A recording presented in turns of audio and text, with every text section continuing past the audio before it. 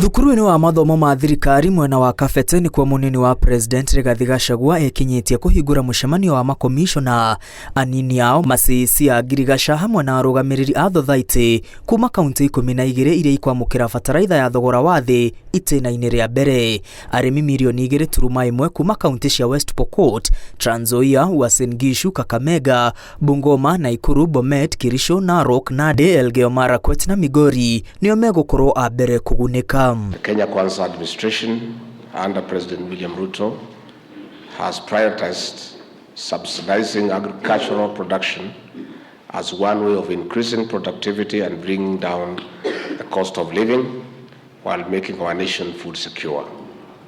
It is envisaged that increased productivity will ensure that consumer prices are at a level where Kenyans can afford to put food on the table. Gachagua oritie honge iria ihetwo wira wa kunyagia bataraitha kunyitanĩra na macibu na thirikari cia kaunti nĩguo gũtigĩrĩra nĩ yakinyĩra arĩmi arĩa meyandĩkithĩtie na mũtaratara wa kĩrĩu wa thirikari. Mĩhang'o ya wandĩkithia irathiĩ na mbere matũra-inĩ rĩrĩa arĩmi mirioni 4 guothe bũrũri-inĩ mandĩkithĩtio nĩ macibu. We have done this in full realization that the previous subsidy programs have faced numerous challenges.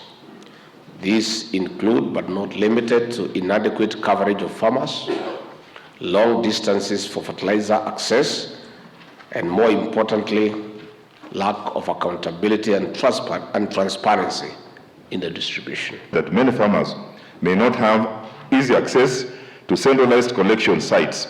We should therefore work towards the decentralization of collection sites and making the commodity accessible to farmers in all the counties. This will ensure that the fertilizer reaches the farmers who need it the most, regardless of their location. Arugamiriri a rũhonge rwa thothaitĩ kaunti-inĩ nĩ mekunyitirana na macibu rĩrĩa o kaunti ũrĩtio kwamũra abitha wa kũrũgamĩrĩra thothaitĩ wadi-inĩ ciothe nĩguo gũkinyanĩria unyagia wa bataraitha na kũheana mathomo kũrĩ arĩmi gũtarĩ kĩhĩngĩca. We are involving grassroots leaders and also bringing cooperation and teamwork between national government and county government.